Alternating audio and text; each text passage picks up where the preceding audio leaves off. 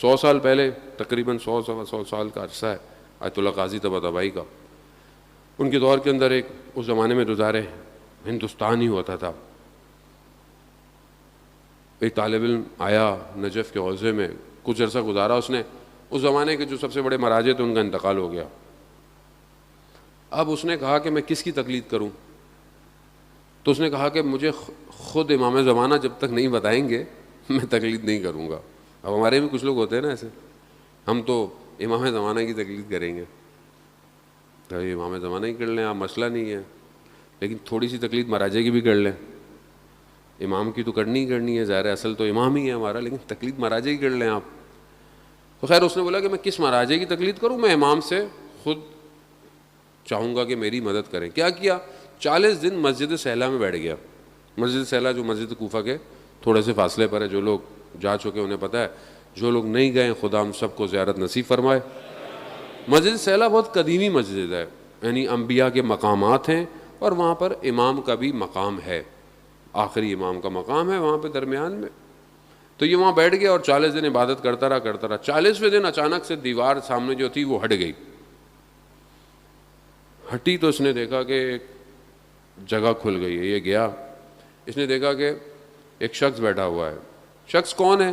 امام کے 4 نائب تھے غیبت صغریٰ میں، ان میں سے ایک نائب بیٹھا ہوا ہے. اس نے کہا کہ مجھے امام سے کام ہے. کہا جو کام ہے ہمیں بتاؤ، ہم پوچھ کے بتا دیں گے. کہا نہیں، مجھے خود امام سے ملنا ہے. کہا اچھا اندر چلے جاؤ دروازے میں. اندر دروازہ کھولا، اندر گیا، دیکھا کہ ایک اور نائب بیٹھے ہوئے ہیں، ان سے بھی اس نے یہی کہا. انہوں نے کہا کہ میں کر دیتا ہوں. کہا نہیں، مجھے خود امام سے ملنا ہے. ان کا اندر چلے جاؤ. دروازہ کھولا، تیسرا نائب بیٹھا ہوا ہے. خلاصہ بہرحال یہ آخری دروازہ کھول کے جب گیا تو اس نے دیکھا کہ امام تشریف فرما ہے، امام بیٹھے ہوئے. اس نے امام کو سلام کیا، عرض ادب کیا. کہا مولا میں رہنمائی چاہتا ہوں کہ میں کس کی تقلید کروں، مراجع اور بھی ہیں بہرحال. امام نے اشارہ کیا اپنے قدموں کی طرف، تو ایک سید عالم دین بیٹھے ہوئے تھے. اشارہ کیا کہ ان کی تقلید کرو. جب اس نے غور سے دیکھا تو وہ کوئی اور نہیں، آیت اللہ قاضی طباطبائی تھے. اب اس نے دیکھا، اس نے شکریہ ادا کیا، باہر آ گیا. ایک دم وہ دیوار واپس آ گئی. اب بہت خوش کہ مجھے تو جواب مل گیا. مسجد سے نکلا، جانے لگا. ظاہر جنگل ہوتے تھے پہلے، راستے ایسے تھے ہی نہیں. جیسے ہی چلنے لگا تو ایک دم درمیان میں وسوسہ سا آیا کہ پتہ نہیں میں نے خواب دیکھا ہو سکتا ہے، پتہ نہیں صحیح ہے نہیں ہے، کیا کروں.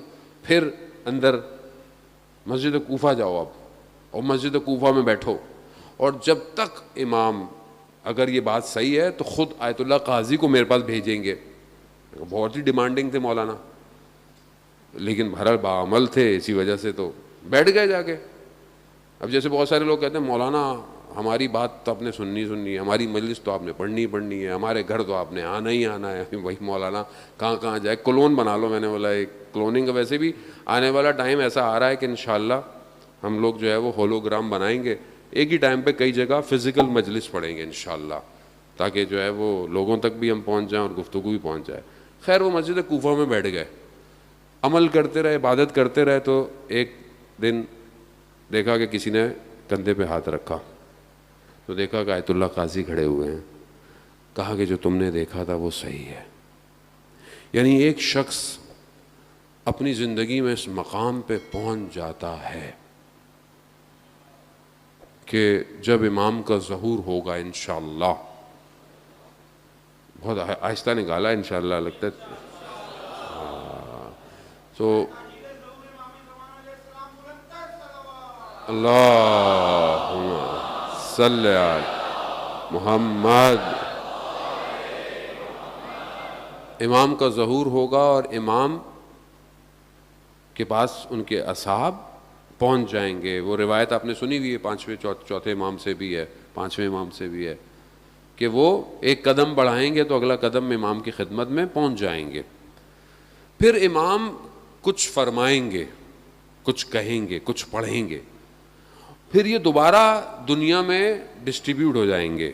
یہ جو امام کے صحابی ہوں گے، وہ جو امام الفاظ فرمائیں گے، ادا کریں گے، آیت اللہ قاضی فرماتے تھے کہ میں وہ الفاظ جانتا ہوں،